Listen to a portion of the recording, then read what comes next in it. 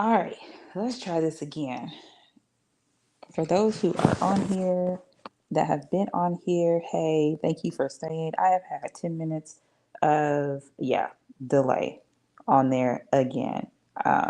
So, guess who will be calling to speak to their internet provider again? Anyways, let's get this going. All right, so for all my first time leaders, I know you just got promoted. So, why does asking for help suddenly feel like you're admitting you can't do your job? So instead, what you have became is the I got it leader. Short staffed, I got it. Team problem, I got it. Your manager hands you something that probably wasn't yours to begin with. Somehow you got that too. And nobody thinks, or I should actually say everybody probably thinks that you're out there just killing it right now. While you end up sitting in the break room during your lunch, hoping that nobody calls your name for the next 30 minutes. If your leadership strategy stays, I got it, eventually you will. I mean, I'm talking about all of it. Hey, hey, hey, road trippers. Welcome back to another weekly pit stop with Coach C. You already know I am your human GPS here. And let me tell y'all something that almost wasn't going to happen today, even right now, with all these technical difficulties and stuff. Because for real, we didn't have the pit stop last week. So I already knew I wanted to get back in the car with y'all today. But when today got here, baby, I didn't have it. I didn't have it at all. Like, I had a couple meetings this morning, had a great lunch meetup. But after I got home and after working all week, my energy was, or it is very low right now. And I was tired until I got this cup of coffee, which now means I'm gonna be up for a minute. And I kept thinking, I don't feel like going live today. But when that voice started, Candace, you missed last week. You said you were gonna be consistent. You need to show up. You need to push through. You need to. And I caught myself. Wait a minute, girl. I'm doing the exact same thing I talk to leaders about. I'm telling myself that because I'm responsible for something, I have to keep pushing regardless of what my dashboard is telling me. And that's when I realized this is going to be today's pit stop, which is why I just posted it maybe 30 minutes ago. So, some of us, we have been the strong one before we even became the leader. If that's you, go ahead and put that in the chat if that's you. If you are catching this recap, still put it in the chat. I want to see it. Some of us have been the strong one before we were ever leaders. You were already dependable. You were already the one everybody called. You were already the one who figured stuff out. So when you finally got the title, you brought that same identity into leadership. I got it. And for my black and brown first time leaders, sometimes there's another layer to that we don't necessarily always talk about because everybody doesn't always feel like they get the same amount of room to be new. Let me say that again. Because everybody doesn't always feel like they get the same amount of room to be new. Sometimes you're not just thinking, I want to do a good job. You're thinking, I can't give anybody a reason to think I wasn't ready. So you don't ask the question. What do you end up doing? You figure it out. You don't ask for help. You figure it out. You don't say, I don't know. What you do? You Google it, ChatGPT it, or ChatGPT it, Claude it, whatever it is. You call your bestie. Like how many of us is out here calling our work bestie during the day? Hey girl, or send a message. Hey, you got time? What your calendar looking like? Have them put a meeting on there so we can just talk. Like You call them, you send them a message, you text them, you do all of those things and figure it out.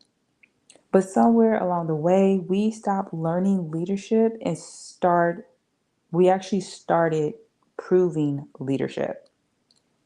Because learning and proving is two different things. Proving will wear you out.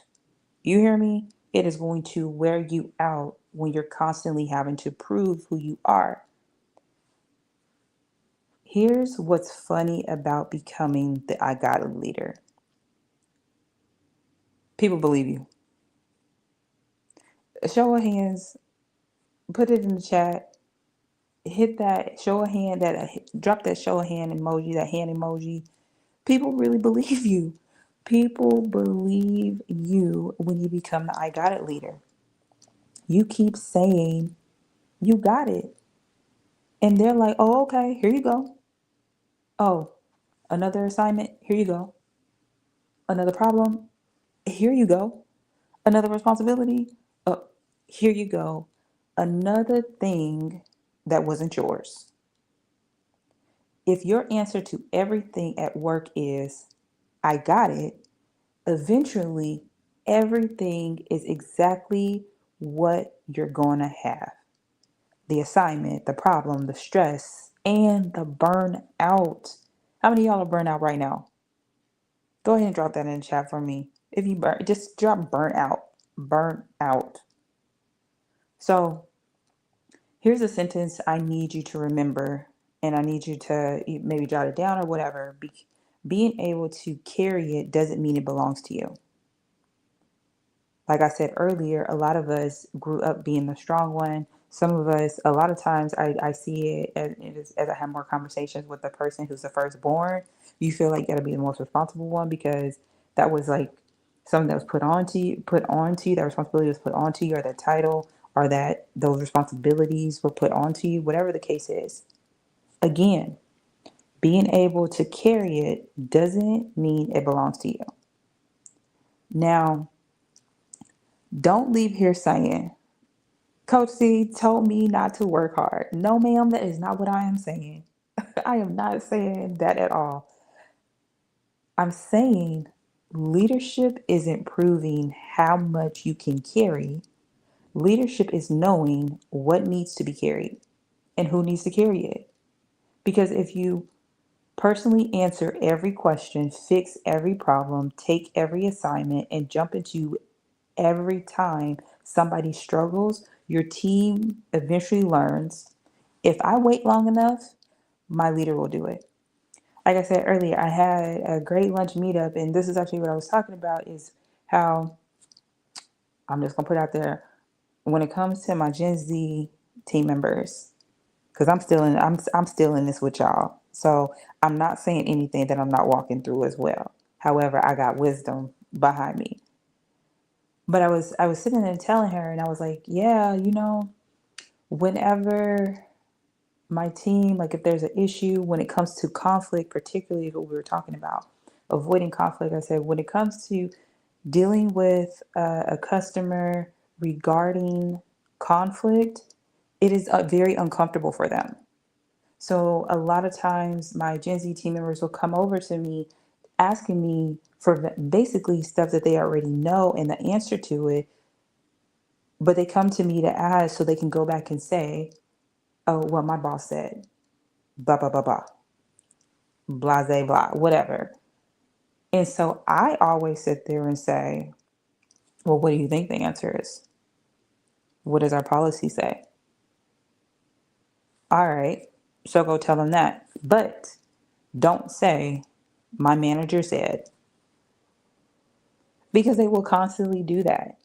They will constantly sit there because for them, that makes them feel like the customer is going to listen because now they've checked in with the manager to get the answer versus owning it and just saying what it is with confidence and authority. So, as I said, your team is going to eventually learn if I wait long enough, my leader will do it. Now we're tired. We've trained everybody to bring everything to us.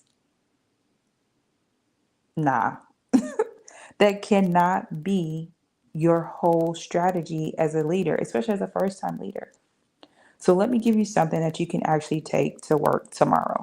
I know tomorrow's Friday, but you can actually take this to work tomorrow. And just think about this for the next 7 days because we're going to be meeting next week with no issues. For the next 7 days, I want you to retire, I got it, as your automatic answer. Not forever, just for the next 7 days. Somebody comes to you and says, hey, can you take care of this? Don't automatically say yes. And don't you automatically say no. Instead, say, let me check what I have on my plate and get back to you. Actually, get back to them. But when you say, hey, let me check on my plate to see what I have, what you're saying is, I need to check my capacity and I'll let you know. That's it. Because listen to me, some of y'all aren't overwhelmed because you can't manage your workload. You're overwhelmed because you keep accepting new work before checking the work you already have. That's different. You're making commitments faster than you're checking your capacity. So take the 5 minutes, take the 30 minutes, take the hour. Look at what you're already responsible for and do what I call gas gauge check. So, what that is you're asking yourself three things. The first one, does this need me? Don't ask, can I do it? Because yes, you probably can. I need you to ask yourself, does this actually need me? So there's a difference between me saying, can I do it? Because your automatic answer, if you know that you can, if you have the skill set to do it, your automatic answer that you're going to do is going to be you're going to say yes. But when you rephrase that question and you say, hey, does this actually need me? Does it need my authority? Does it need my decision? Does it need my expertise? If not, why am I automatically taking it on? That's the first question I want you to ask yourself. The next check that I want you to ask is, does this need to happen now? Everything urgent ain't important. And sometimes it ain't even urgent. Let's be real. Sometimes what people bring to us, it ain't even urgent. Like, it's not urgent. I remember I had a team member kept calling and was like, hey, Candace, Candace. And I was on lunch, but I could hear it. And they finally get another member of leadership. And they're calling, and and I hear them on a different account, and I'm listening to them. And basically, the person is calling to say, hey, so and so missed their break, and I was just trying to check if I should have this person do it. Is that urgent? Is that a reason for me to get involved? I knew exactly who it was asking that because they're you know they are my steady eddies that came in. That's what they do, steady eddies. And so sometimes, like I said, it ain't even urgent.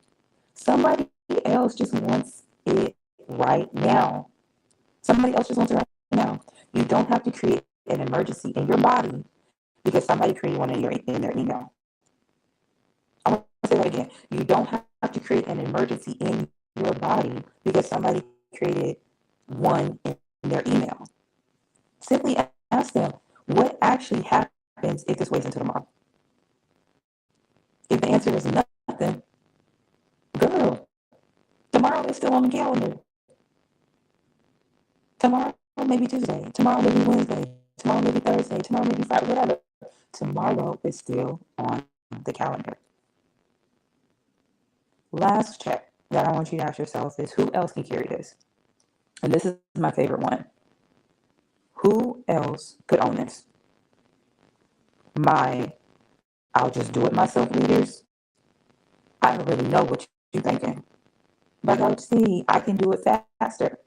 I already know with your thinking.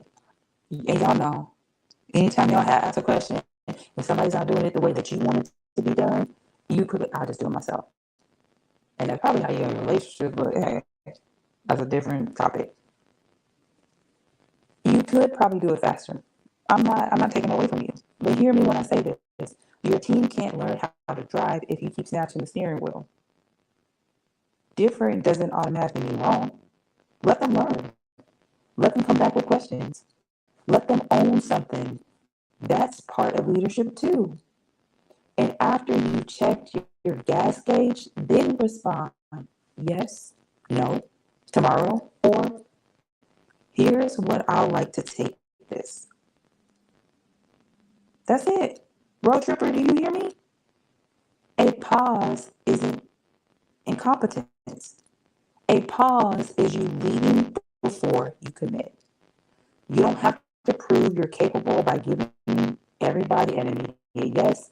And you definitely don't need 3 paragraphs, 2 witnesses, a PowerPoint, exhibit A explaining why you can't take something on. No, you don't need all of that. You don't need, like I said, those 3 paragraphs basically saying no at the end of the day. A lot of us like to fluff. When we don't want to be direct, when we don't want to hurt somebody's feelings, we like to add the extra words and stuff, and it turns into your own novel. And you'll listen. You do not need all of that to explain why you are saying no.